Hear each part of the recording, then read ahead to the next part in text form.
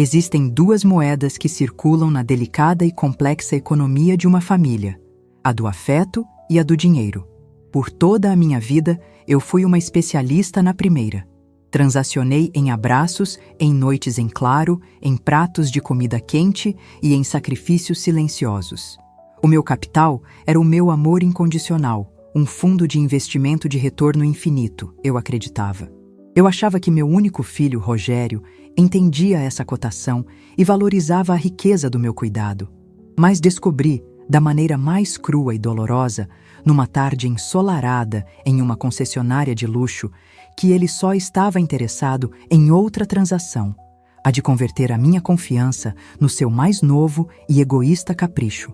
Meu nome é Inês, tenho 67 anos e sou a viúva de um homem que me ensinou o valor de cada parafuso. Meu falecido marido, Mário, não era um homem de palavras bonitas, mas de mãos trabalhadoras. Ele foi dono de uma pequena, mas próspera, loja de ferragens e materiais de construção por 40 anos. A Parafusos Encia não era um negócio com o glamour de uma startup de tecnologia, mas era sólida, honesta e real.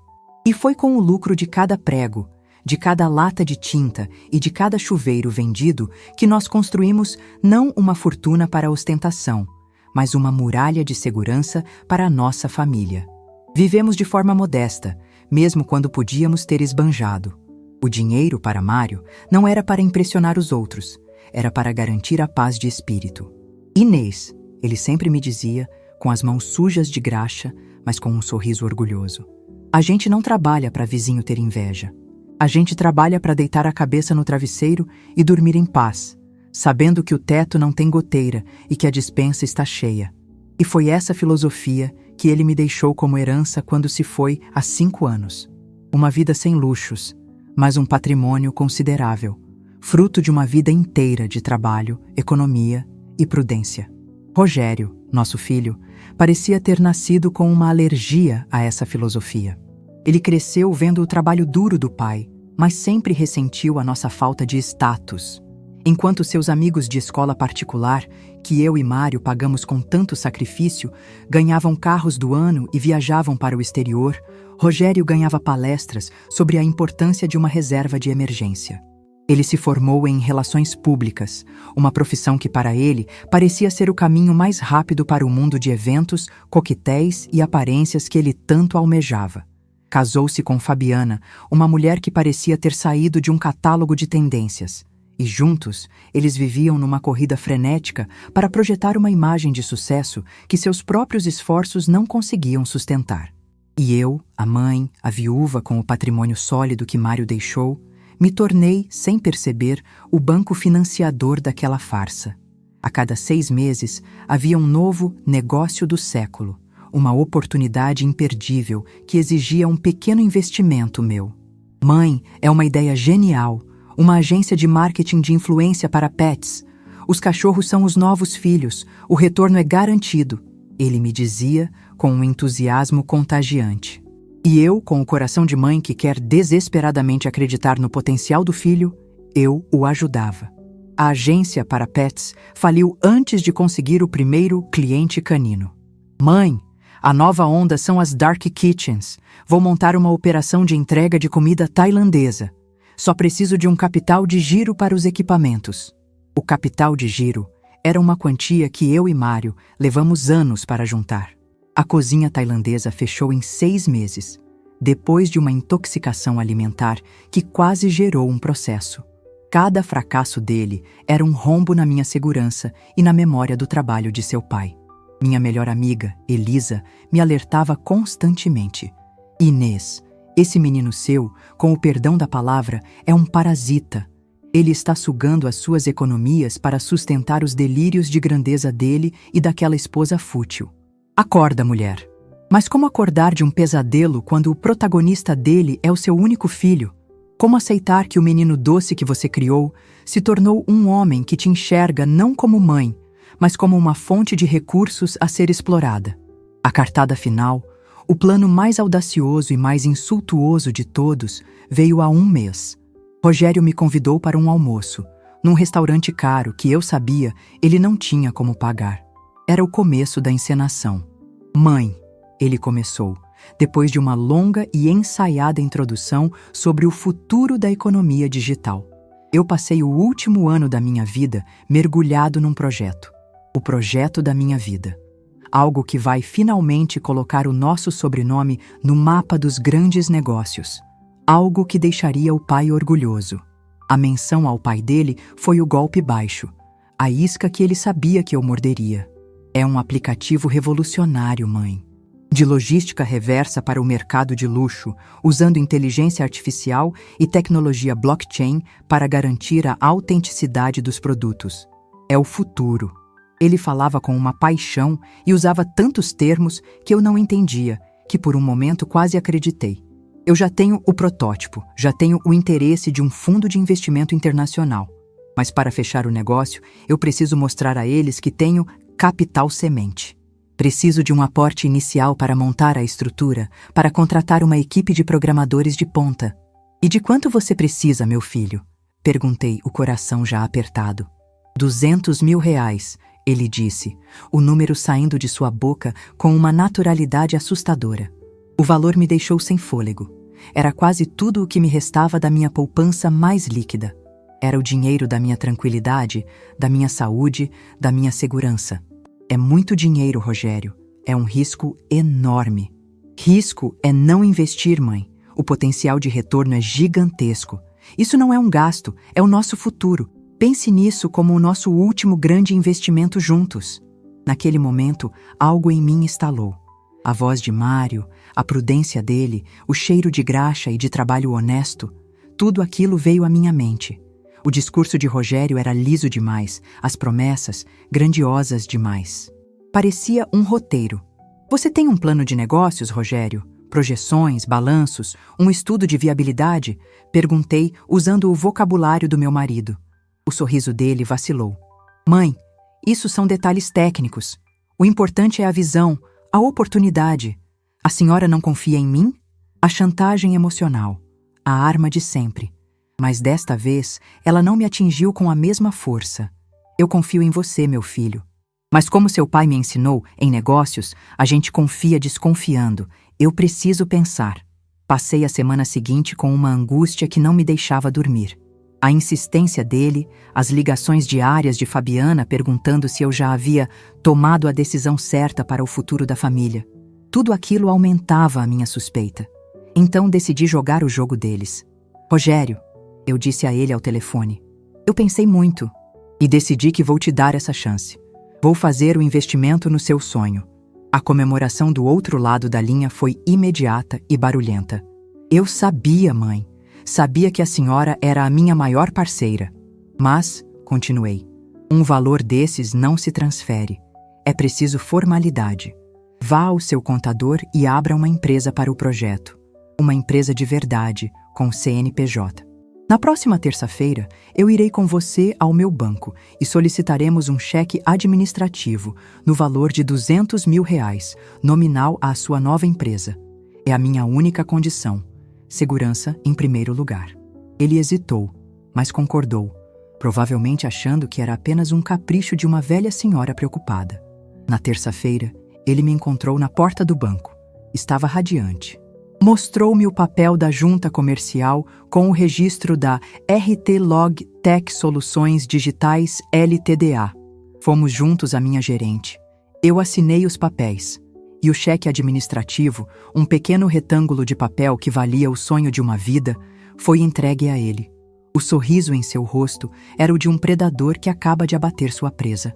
Obrigado, mãe. A senhora não vai se arrepender. Agora preciso ir. Tenho uma reunião urgentíssima com minha nova equipe, ele disse, já se afastando. Vá, meu filho, eu tenho uns exames de rotina para fazer aqui perto. Vou a pé. Menti, com o coração na mão. Assim que o vi entrar em seu carro e se afastar, eu saí do banco. Mas não fui em direção ao laboratório. Fui ao ponto de táxi na esquina. Bom dia, eu disse ao motorista. Aquele carro sedã prata que acabou de sair da vaga. Siga-o, por favor. Mantenha uma distância segura. É uma surpresa que estou fazendo para o meu filho. O motorista, um homem de meia idade, sorriu. Pode deixar, dona. Sou especialista em seguir maridos. Seguir filho vai ser moleza. E assim começou a minha jornada, não para o futuro brilhante de uma startup, mas para o coração sombrio da mentira do meu filho. Eu rezava para estar errada. Rezava para que ele me levasse a um prédio comercial, a um escritório de coworking. Mas o carro dele tomou o rumo da avenida mais cara da cidade, a Alameda das concessionárias de luxo. Meu coração afundou quando ele passou pela Mercedes, pela Audi. E então ele deu a seta e entrou. Na Porsche.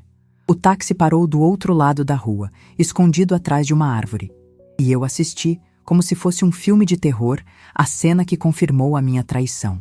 Vi Rogério ser recebido com tapete vermelho por um vendedor. Vi-o apontar para um carro vermelho, conversível, que parecia um animal selvagem enjaulado no showroom.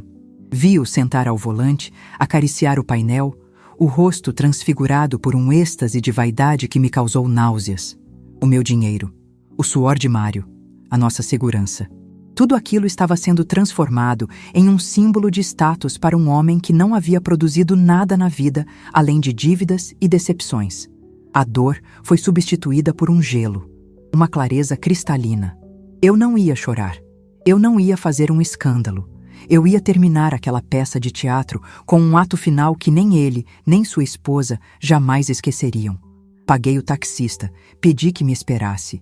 Atravessei a rua com a calma de uma matriarca indo a uma reunião de negócios. Entrei na concessionária. O ar era frio, o cheiro era de couro novo e de dinheiro.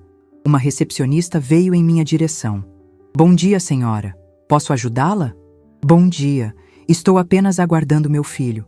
Ele está ali no escritório, fechando um negócio maravilhoso, eu disse, apontando para a sala de vidro, onde Rogério e o vendedor assinavam papéis, rindo. Sentei-me em um sofá de couro branco e peguei uma revista. E esperei. O ato final precisava do timing perfeito. Minutos depois, eles saíram, apertando as mãos. O negócio estava fechado. Meu filho segurava a pasta com os contratos, o rosto brilhando de triunfo. Parabéns, Sr. Rogério. Excelente escolha, dizia o vendedor. O Porsche 718 Boxster é uma máquina. Agora, se o senhor me acompanhar até o caixa, podemos liquidar o pagamento com o cheque administrativo e as chaves serão suas. Eles caminharam em minha direção, a caminho do caixa. Aquele era o momento. Levantei-me. Caminhei até eles. Rogério, chamei, a voz doce. Ele se virou. O sorriso congelou. O terror tomou conta de seu rosto.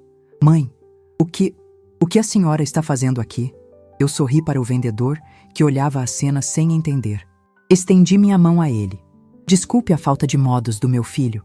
Com a emoção, ele esqueceu de me apresentar. Meu nome é Inês. Eu sou a investidora principal da RT Logtech Soluções Digitais, a dona do cheque. Olhei de volta para o rosto do meu filho, que agora tinha a cor de cera. E, com a plateia da concessionária inteira, vendedores, outros clientes, a recepcionista, eu dei o meu parecer final sobre o investimento. E depois de analisar pessoalmente este ativo e o seu potencial de retorno, eu tomei a minha decisão como presidente da empresa. Virei-me para o vendedor. Eu não vou pagar nada. O ar na concessionária era frio e rarefeito, com um cheiro que era uma mistura de couro novo e da vaidade de quem podia pagar por ele. O vendedor, um homem de sorriso ensaiado e gel no cabelo, olhou de mim para meu filho, Rogério, completamente perdido. A alegria da comissão gorda que ele estava prestes a ganhar havia se transformado em uma confusão apreensiva. Desculpe, senhora, como assim? Ele perguntou, a polidez profissional começando a rachar. O senhor Rogério já assinou o contrato de compra. Temos aqui um cheque administrativo no valor do veículo. Rogério, que até então estava paralisado pelo choque, pareceu despertar. Ele me agarrou pelo braço, a força em seus dedos revelando seu pânico. Mãe, o que a senhora pensa que está fazendo? Ficou maluca? Vamos conversar lá fora. Ele sibilou, tentando me arrastar para longe dos ouvidos curiosos. Com uma calma que eu não sabia que possuía, soltei meu braço de seu aperto. Não com violência, mas com uma firmeza que o fez recuar um passo. Não, Rogério. Nós vamos conversar aqui, eu disse, a voz clara e audível, garantindo que o vendedor e os outros clientes pudessem ouvir. Afinal, este é o local do seu grande investimento. Acho justo que a sua principal investidora dê o seu parecer no local do aporte de capital. Usei as palavras dele, o jargão corporativo que ele tanto amava, e vi um lampejo de pavor em seus olhos. Ele entendeu que aquilo não era um impulso emocional, era uma execução. Senhora, disse o vendedor, agora claramente nervoso, se há algum problema familiar, peço que resolvam em particular. Aqui temos um contrato assinado, e eu tenho o cheque que pagaria por ele. Eu o interrompi, olhando-o nos olhos. Um cheque nominal à empresa RT Logtech Soluções Digitais, da qual eu sou a única sócia e administradora.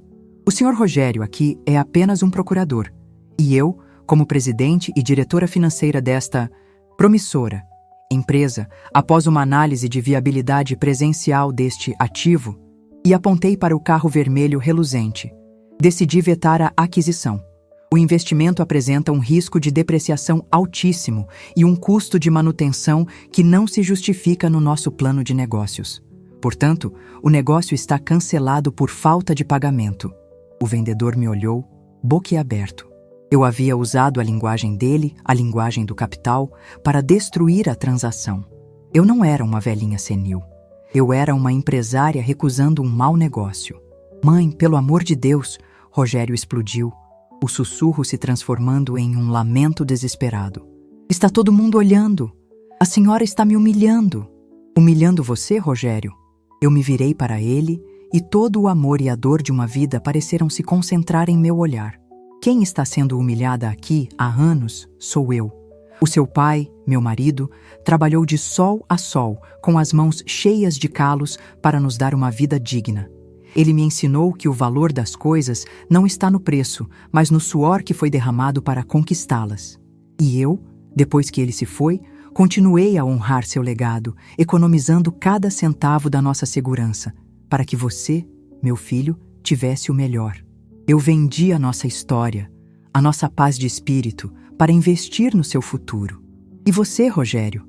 Você pega esse sacrifício todo e tenta trocá-lo por um pedaço de metal vermelho para impressionar pessoas que não dariam um copo d'água para você se o encontrassem caído na rua? Quem está humilhando quem, meu filho? Minha voz não estava alta, mas cada palavra ecoava no silêncio daquela loja de luxo. As outras pessoas, que antes fingiam olhar os carros, agora nos encaravam abertamente. Rogério estava branco como papel, tremendo da cabeça aos pés. O vendedor, percebendo que a sua gorda comissão havia evaporado e que estava no meio de uma fraude familiar, mudou de postura instantaneamente. O sorriso deu lugar a uma máscara de frieza profissional. Senhor Rogério, ele disse, o tom agora cortante. Lamento, mas sem o pagamento, a venda é nula. E, na verdade, a sua assinatura em um contrato de compra sem ter os fundos garantidos constitui uma quebra de acordo. Terei que conversar com o nosso departamento jurídico sobre possíveis taxas pela perda de tempo e pela reserva do veículo. A humilhação de Rogério era agora completa. Ele não era mais o cliente VIP. Era um problema a ser descartado. Ele me lançou um olhar de puro ódio e súplica, uma mistura terrível. Eu não acredito que você fez isso comigo. Acredite, e acredite que isso é apenas o começo, eu disse. Virei as costas para ele, para o vendedor, para o carro vermelho e caminhei em direção à saída, com a cabeça erguida. Ele me seguiu, tropeçando até a calçada. Mãe, espere! A gente precisa conversar? Parei e o encarei sob o sol forte. Conversar sobre o quê, Rogério? Sobre o seu próximo plano de negócios? Sobre qual outra parte da minha vida você pretende liquidar para financiar seus caprichos? Você destruiu o meu sonho, ele gritou, as lágrimas de raiva e autocomiseração escorrendo pelo seu rosto. Era a minha única chance de ser alguém, de ser respeitado. E ali, na calçada daquela avenida de luxo, eu finalmente lhe disse tudo o que estava preso na minha garganta há anos. Respeitado? Você acha que respeito vem de um carro, Rogério? Respeito vem de caráter. Seu pai era respeitado. Ele chegava na loja dele às 6 da manhã e saía às 8 da noite. Ele conhecia cada cliente pelo nome. Ele nunca ficou devendo um centavo a ninguém. Ele era um homem de palavra. Isso é respeito. Você Você é um menino de 40 anos que tenta comprar a admiração dos outros com o dinheiro da sua mãe. Você não quer ser respeitado. Você quer ser invejado. E a inveja, meu filho, é o aplauso dos medíocres. Eu comi pão com manteiga no jantar para que você pudesse comer carne na faculdade. Eu usei o mesmo casaco de lã por 10 invernos para que você pudesse ter os melhores livros de arquitetura. Eu abri mão de viajar, de reformar a minha própria casa, de ter qualquer luxo, para que o Dr. Rogério tivesse tudo. Eu não te dei apenas dinheiro, eu te dei o meu tempo, a minha saúde, a minha vida. E você ia transformar tudo isso num motor barulhento e em 4 rodas de uma vaidade patética. Ele apenas chorava, sem ter o que responder. O seu sonho não era um carro, Rogério. O seu sonho é ser alguém que você não é. E enquanto você não entender isso, continuará sendo um poço sem fundo de fracassos e frustrações. E eu, a sua mãe, cansei de ser a água que você joga nesse poço. Chamei o táxi que me esperava. Entrei e bati a porta, deixando-o ali, sozinho na calçada, ao lado da concessionária dos seus sonhos desfeitos. Durante a viagem de volta para casa, o silêncio no carro era preenchido apenas pelos meus pensamentos. A raiva começava a dar lugar a uma tristeza profunda. A tristeza de uma mãe que percebe que o filho se perdeu no caminho. Eu não sentia prazer na sua humilhação. Sentia uma dor imensa por ter sido necessário chegar àquele ponto. Eu não havia destruído o sonho dele. Eu havia apenas me recusado a continuar financiando o seu pesadelo de aparências. Cheguei em casa e o telefone já estava tocando. Eu sabia quem era. Era a Fabiana, a cúmplice, a arquiteta do plano. Atendi, preparada para a batalha. Inês, o que foi que você fez com o Rogério? A voz dela era um guincho de fúria. Ele me ligou aos prantos. Disse que você o humilhou, que o tratou como um bandido. Você não tem coração? Como pôde estragar o sonho dele? O sonho dele, Fabiana, ou o seu? Respondi, a voz fria como o gelo. O sonho de ter um carro novo para postar no Instagram? O sonho de dizer para as suas amigas que seu marido venceu na vida com um negócio de fachada? Sua velha invejosa, ela gritou. Você nunca suportou a nossa felicidade. Nunca suportou ver o seu filho ter sucesso. Sucesso? Que sucesso, Fabiana? Viver de mesada da mãe aos 40 anos? Inventar negócios falsos para arrancar o dinheiro de uma viúva? Isso não é sucesso. É parasitismo. E eu cansei de ser a hospedeira. Você é uma egoísta. Só pensa em você. Aquele dinheiro ia mudar as nossas vidas. Pelo contrário, Fabiana. Eu amo tanto o meu filho que me recuso a deixá-lo se transformar em um ladrão e um mentiroso por completo. O que eu fiz hoje não foi para estragar um sonho. Foi para tentar salvar o que resta de um homem. Coisa que você, aparentemente, não tem o menor interesse em fazer. Seu interesse sempre foi apenas no que ele, ou melhor, no que eu, podia te proporcionar. Você vai se arrepender disso, Inês. O Rogério nunca vai te perdoar. Eu não preciso mais do perdão dele, querida. Eu preciso do meu próprio respeito. E esse, eu reconquistei hoje. Agora, se me der licença, tenho mais o que fazer. Passar bem. Desliguei na cara dela. Senti-me exausta, mas limpa. Como se tivesse feito uma desintoxicação na alma. Eu sabia que a noite seria longa. Rogério voltaria para casa, derrotado, humilhado, e eu precisava estar pronta para o ato final daquele dia terrível. Ele chegou por volta das 8 da noite. Entrou em silêncio, não olhou para mim. Foi direto para o quarto. Ouvi a voz dele e de Fabiana, numa discussão baixa e tensa, que durou quase 1 hora. Depois, o silêncio. Mais tarde, ele apareceu na sala, onde eu estava sentada, lendo um livro. Seu rosto estava inchado, os olhos vazios. É isso então? Ele disse, a voz monótona. Acabou? Fechei o livro e o coloquei ao meu lado. O que exatamente acabou, Rogério? A sua ajuda, o seu apoio, tudo. O meu apoio de mãe, o meu amor, nunca acabarão. O que acabou, hoje, foi o meu patrocínio à sua vida de mentiras. O banco da mamãe, como vocês gostam de pensar, fechou as portas. Permanentemente. Ele se sentou na poltrona em frente, a imagem da derrota. O cheque administrativo de R$200 mil, nominal à sua empresa fantasma, será cancelado por mim amanhã de manhã. O dinheiro voltará para a minha conta de investimentos. O seu grande negócio, infelizmente, não receberá o aporte de capital. E a gente? O que a gente faz agora? Vocês, meu filho, farão o que deveriam ter feito há 10 anos. Vocês vão viver com o fruto do trabalho de vocês. Vão pagar o próprio aluguel, a própria comida, as próprias contas. Eu não lhes darei mais um centavo, nunca mais. Mas eu não tenho um emprego de verdade, e a Fabiana? Pois este é o seu novo desafio. Eu lhe dou um prazo de 30 dias.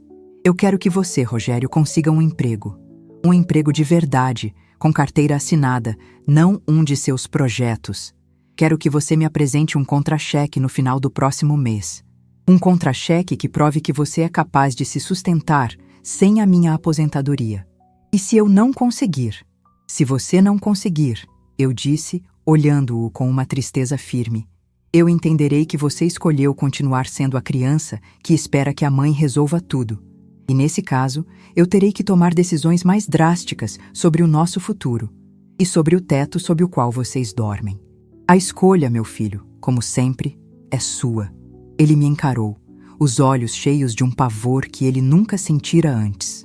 O pavor não de perder um carro, mas de perder tudo. Ele finalmente entendeu que a mulher sentada à sua frente não era mais a sua fonte de recursos, era a sua última chance, e o prazo já estava correndo.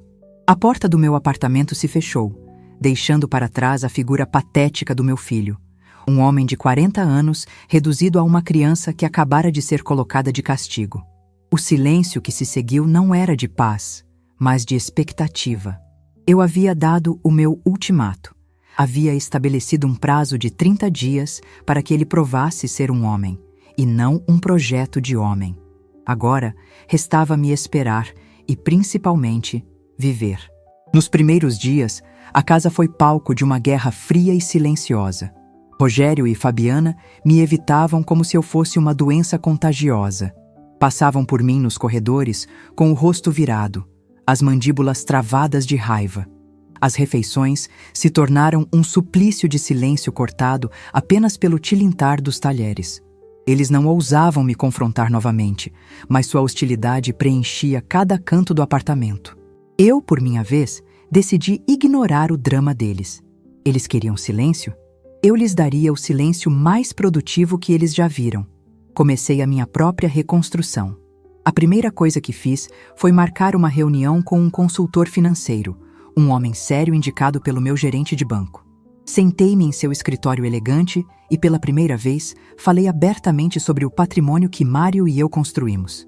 Eu quero que o meu dinheiro trabalhe para mim, e não para sustentar os caprichos dos outros, eu disse a ele.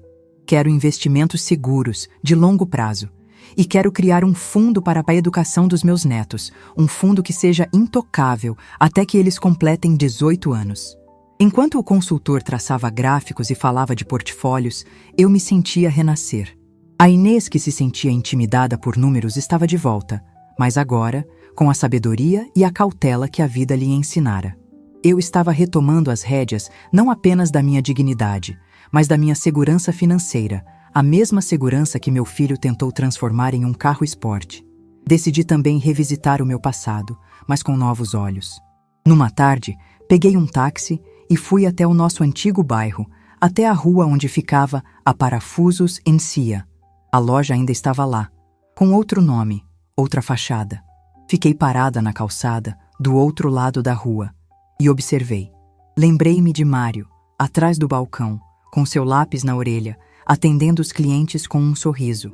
Lembrei-me do cheiro de serragem e de tinta fresca.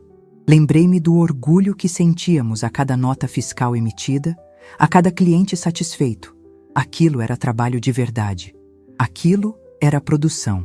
E naquele momento, olhando para o legado do meu marido, eu senti uma tristeza profunda pelo desvio de caráter do meu filho. Foi ali, naquela calçada, que uma nova ideia começou a germinar. Eu tinha recursos, tinha tempo e tinha uma vida de conhecimento prático. Decidi que não ficaria apenas na defensiva. Eu iria construir algo novo, algo que honrasse a memória de Mário e os valores que ele tanto prezava. Enquanto a minha vida ganhava um novo e excitante propósito, a de Rogério e Fabiana implodia. A ausência do meu dinheiro foi como retirar a viga mestra de uma construção precária. Tudo começou a desabar. A primeira consequência foi a perda das aparências. Ouvi uma discussão acalorada vinda do quarto deles numa noite. A voz de Fabiana era estridente. "O que você quer dizer com vender o meu carro?" Ela gritou.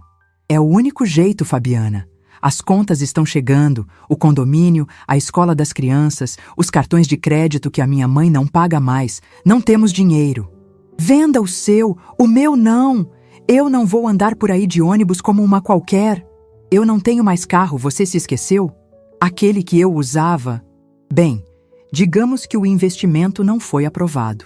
A discussão se arrastou pela noite. No dia seguinte, o carro de luxo de Fabiana não estava mais na garagem. E a amargura dela se tornou uma nuvem tóxica que pairava sobre a casa. A segunda consequência foi o isolamento social. Sem dinheiro para os jantares caros, para os fins de semana em resorts, para as roupas de grife, eles foram gradualmente sendo excluídos do círculo de amigos importantes. Fabiana, que vivia para as redes sociais, não tinha mais o que postar. Sua vida, antes um feed de ostentação, agora era um deserto de realidade. E ela culpava Rogério por tudo. "A culpa é sua e da sua mãe maluca." Eu a ouvi gritar para ele. "Você é um fraco, um fracassado que não consegue nem controlar a própria mãe." Ela nos desmoralizou, nos transformou em piada. Rogério, pela primeira vez, não se calou. "Controlar a minha mãe? Ela é a dona de tudo, Fabiana. Nós é que éramos os aproveitadores. A gente viveu uma mentira e a culpa é nossa. Minha por ter sido um covarde e sua por ter me empurrado para isso com a sua ganância." A fachada do casal perfeito havia se despedaçado. Restavam apenas duas pessoas amargas, presas em um apartamento que eles não podiam mais bancar, culpando um ao outro pela ruína que eles mesmos criaram. Enquanto isso, Rogério era forçado a encarar o meu ultimato. Ele precisava de um emprego. E a realidade do mercado de trabalho para um homem de 40 anos, com um currículo de projetos fracassados e uma atitude arrogante, era brutal. Eu o via sair todas as manhãs, com o terno que agora parecia grande demais para seus ombros curvados, e voltar no fim do dia, cada vez mais abatido. Ele ia a entrevistas, mas sua falta de experiência real e sua postura ainda presunçosa fechavam todas as portas. Ele estava descobrindo que o mundo dos negócios não se impressionava com jargões, mas com resultados. E ele não tinha nenhum para apresentar. A humilhação final de Fabiana veio no final da terceira semana. Ela arrumou suas malas, todas as suas bolsas de grife, seus sapatos, suas roupas. Chamou um táxi e, antes de sair, parou na porta da sala, onde eu lia o jornal. "Eu estou indo embora, Inês", ela anunciou, a voz fria. "Eu não vou afundar com o seu filho fracassado.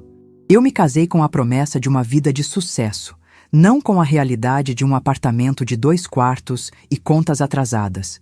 Diga a ele que os advogados dos meus pais entrarão em contato para tratar do divórcio e da pensão das crianças." "Que pena, Fabiana", eu disse sem baixar o jornal. "Desejo-lhe sorte na sua busca por um novo patrocinador." Ela me lançou um olhar de puro ódio e foi embora. Naquela noite, Rogério chegou e encontrou o armário da esposa vazio. Ele não chorou, não gritou. Apenas sentou-se à mesa da cozinha, a cabeça entre as mãos, em um silêncio de derrota absoluta. Ele havia perdido o carro, o status, os amigos, a esposa. Tudo pelo que ele havia mentido e enganado havia se desfeito como fumaça. Restava apenas ele e o seu fracasso. Aquele foi o fundo do poço. E era ali que ele precisava chegar para, talvez, começar a subir. No dia seguinte, ele saiu de casa diferente. Não usava terno. Usava uma calça jeans e uma camisa simples. E não levava sua pasta de executivo. Levava apenas a sua humilhação. Ele passou o dia fora. Quando voltou, tarde da noite, ele tinha um olhar diferente. Um olhar de cansaço, mas também de uma estranha e nova paz. "Eu consegui, mãe", ele disse parando na minha frente. "Eu consegui um emprego." "Que bom, meu filho. Onde?" "É numa loja de ferragens, a do seu Américo, no bairro Antigo. Ele era amigo do pai. Eu o procurei, contei a minha situação e ele me deu uma chance. É para ser vendedor, atender no balcão." Vendedor. em uma loja de ferragens. Como o pai dele. A ironia da vida era, às vezes, de uma poesia cruel e perfeita. O homem que sonhava com o Vale do Silício iria vender parafusos e pregos. É um trabalho honesto, Rogério. Seu pai se orgulharia de qualquer trabalho honesto.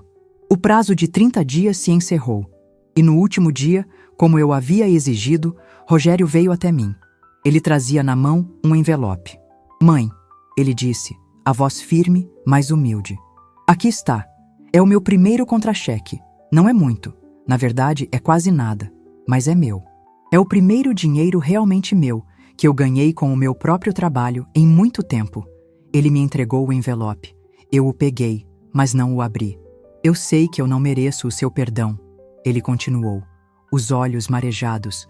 Eu fui um ladrão, um mentiroso, um filho terrível. Eu desonrei a memória do pai. Eu humilhei a senhora.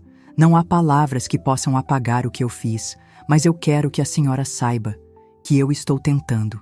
Estou tentando ser um homem de verdade, o homem que o pai e a senhora sempre quiseram que eu fosse. Eu sei que o caminho é longo, ele disse, a voz embargada. E eu não estou te pedindo nada. Não peço dinheiro, não peço para a senhora me perdoar. Eu só vim cumprir a minha parte do trato. Eu vim te mostrar que eu estou trabalhando. Ele olhou para mim, esperando a minha reação, esperando o sermão, a condenação, talvez a indiferença.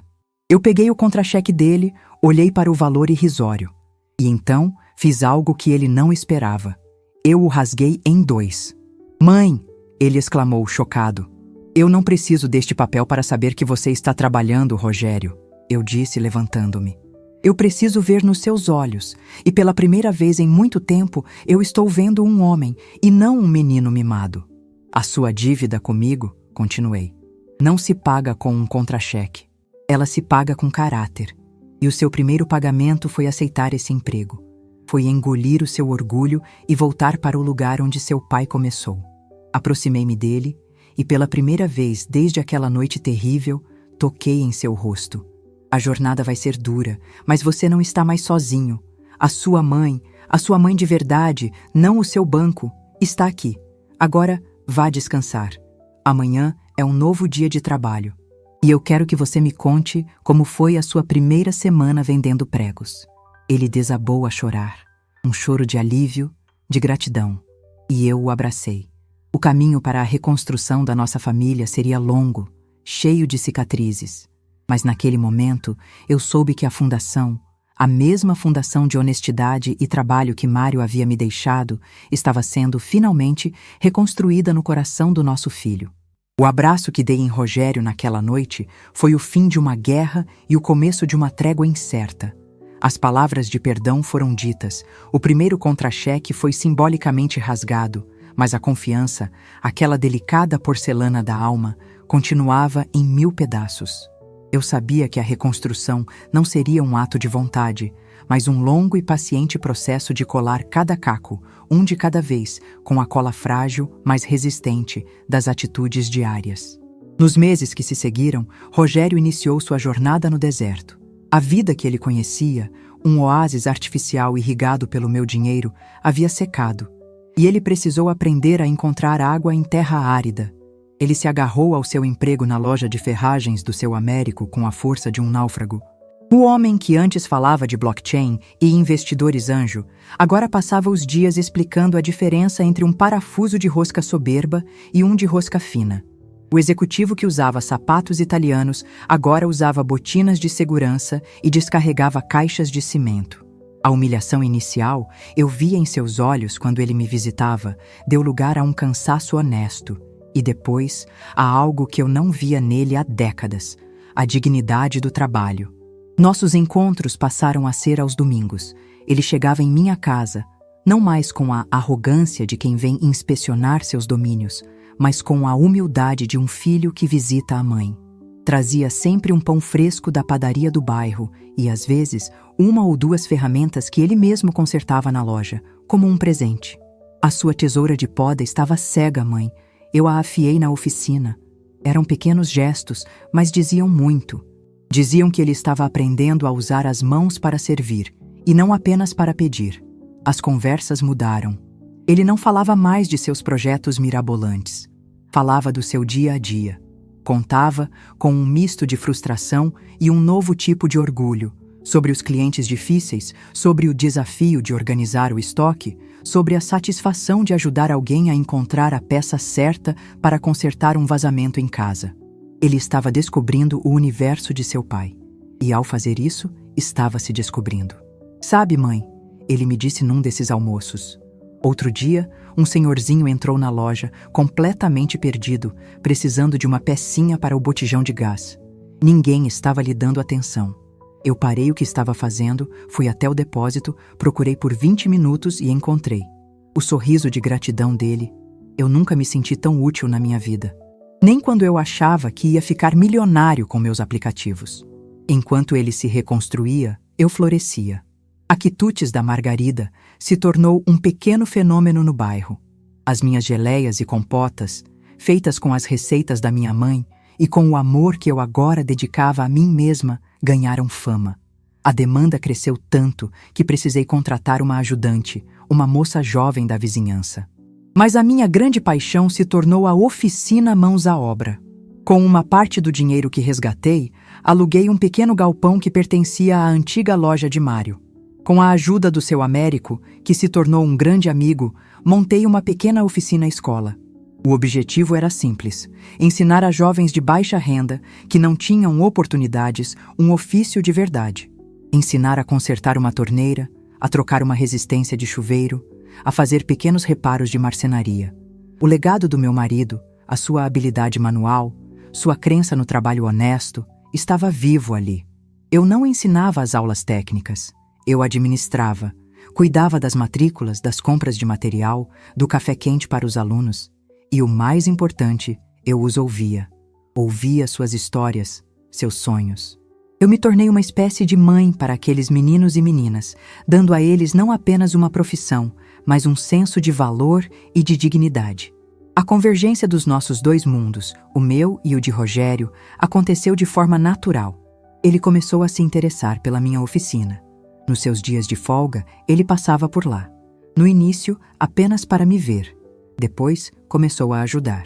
A organizar as ferramentas, a conversar com os alunos, a dar dicas sobre os materiais que ele conhecia tão bem da loja de ferragens. Num sábado, cheguei à oficina e o encontrei lá. Ele estava rodeado por um grupo de adolescentes, ensinando-os pacientemente a usar uma furadeira.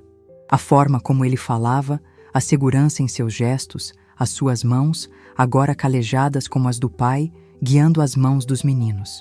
Naquele momento, eu não vi o Rogério, o playboy fracassado. Eu vi o Mário.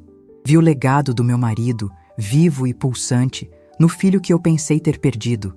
E meu coração se encheu de uma paz que eu não sentia desde que Mário era vivo. A relação com meus netos também foi curada. Rogério os trazia para a oficina. Pedro, meu neto, se encantou pela marcenaria.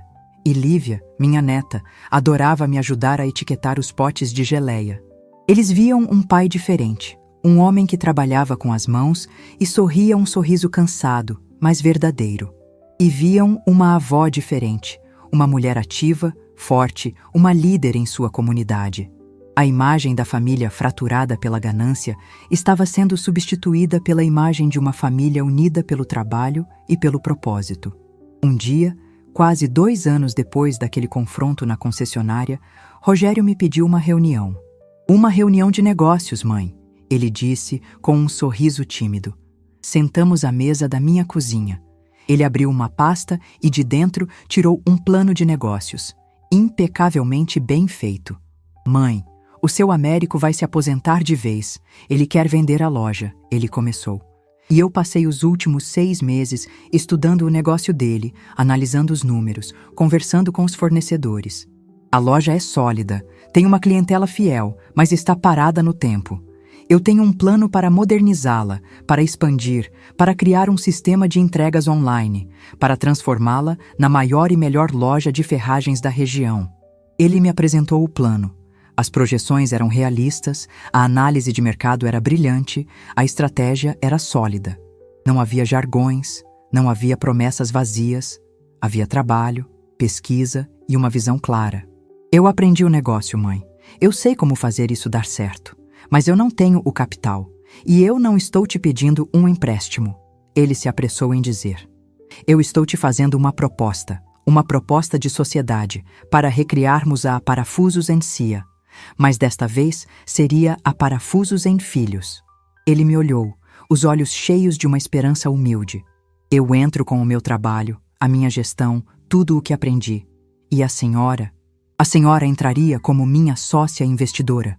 Com o controle majoritário, claro. A decisão final sempre seria sua. Mas nós construiríamos isso juntos, honrando o legado do pai, mas construindo o nosso próprio futuro. Eu o ouvia em silêncio, o coração transbordando de uma emoção que mal conseguia conter. O menino que queria um Porsche vermelho agora sonhava em vender parafusos.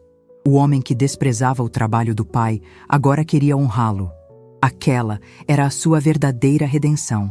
Eu aceito, meu filho, eu disse, as lágrimas finalmente vindo.